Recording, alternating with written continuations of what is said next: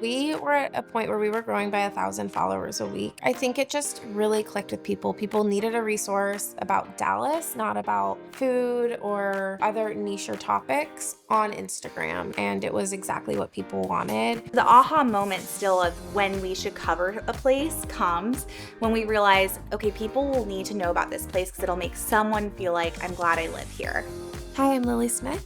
And I'm Cecala. We're the co-founders of 101 Media, best known for Dallasites101.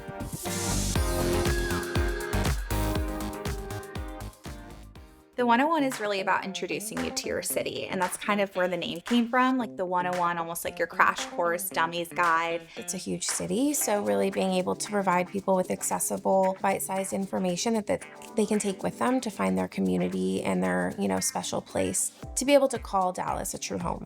That was really what the content was created for, to help transplants like ourselves. But over time, we started hearing from a lot of people, well, I'm not a transplant, but I still love your content. I had never heard the word influencer, and the idea of just posting to an Instagram multiple times a day wasn't the reason why I wanted to start the account with Lily. It was more about, I just got to find some tool and some platform that lets us welcome people to the city. I went to college in upstate New York and just moved here right after for Teach for America. And I came up with the idea of Devoted to DFW, which was how do we give a warm, friendly welcome to all of our teachers so that beyond their 2-year teaching commitment, they're encouraged to stay and make a difference in Dallas. So I'm from the Bay Area originally. I went to school at a small liberal arts school in Maine and studied economics there. It was easier to get a job here than anywhere else I was applying. A month after moving here, we met through a mutual friend and quickly had a friend who shared that passion of just like exploring a city. And we were hungry for it. Like if people weren't telling us about it, we were like, okay, what is the Nasher? What does the Nasher do? Like, can we go to one of their movie nights? Karen kind of scratched out this idea on paper. The pitch was the idea of the 101 and introducing you to your city. Dallasites101, the name, we had talked about when we first met. And Lily was kind of like, let's sleep on it. And it was less about, we have all this information, let's share it, but more so we are two people who have done a really great job exploring the city and getting to know it in a really quick way. And a lot of other people we're meeting are having a really hard time. I think by the morning, I'm like, I hope you had a good night's rest. Like Dallasites101, the account's created. This was not a business plan. It was a fun hobby that was really rewarding in terms of being able to help people find a sense of belonging.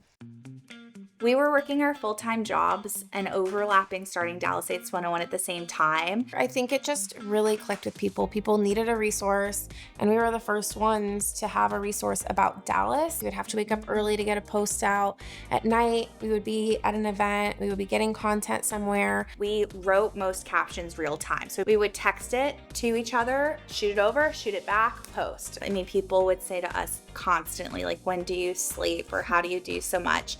And there were days I would pack different outfits. I'm like, I'm going to dinner there and then I'm going to dinner there because I want to try both restaurants. We decided to start hosting events about a year into Dallasites101 and go beyond the gram, from our bar crawls to our wine walks to our fitness classes to DIY classes.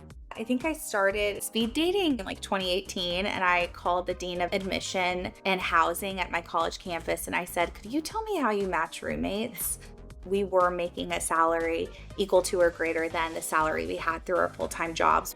Like, why don't we at least just try this and see what happens? I didn't feel nervous and I didn't feel sure when I gave up my full-time paycheck. I just felt convicted around what was happening with Dallasites101 and the potential for 101 Media. We went full-time in 2019 and the pandemic hit in 2020, as we all know. So it gave us about a year to get under our belt. A lot of businesses at the time had dumped their really expensive marketing agencies because they just couldn't sustain the cost in COVID. But we were offering to do social media management on a monthly basis for pennies on the dollar just to be able to sustain our staff. We ended 2020 with probably a dozen clients. And from an employee standpoint, we started hiring in 2020 and now we have 20 employees. We've launched the 101 brand in Austin, in Fort Worth, Texas-wide, and we also have that B2B side of helping local businesses do everything we kind of do well for ourselves. So hosting events, social media, web, newsletter, influencer marketing. We love when places introduce things that create new, exciting content, like the DMA late night series with jazz nights, because we can reintroduce the DMA in a different light to people. We've posted Starship Bagel several times before now, but hearing that they do $1 bagels after noon, like that is a great way to reintroduce them, bring them back with a fresh angle. We get to grow alongside other businesses. And one example is Ari's Pantry. I wouldn't say that his growth was solely contributed to us at all, but he now is opening his 4th location, which is just really, really cool to see. We have over 10,000 Instagram posts on Dallasites now, which is like kind of crazy. We have an audience of 650,000 people on our Instagram, and we reach over 2 million people a month. We save at least 50% of our content for organic, where we ourselves are going out, experiencing places. We used to always be invited to the openings of restaurants like right away. And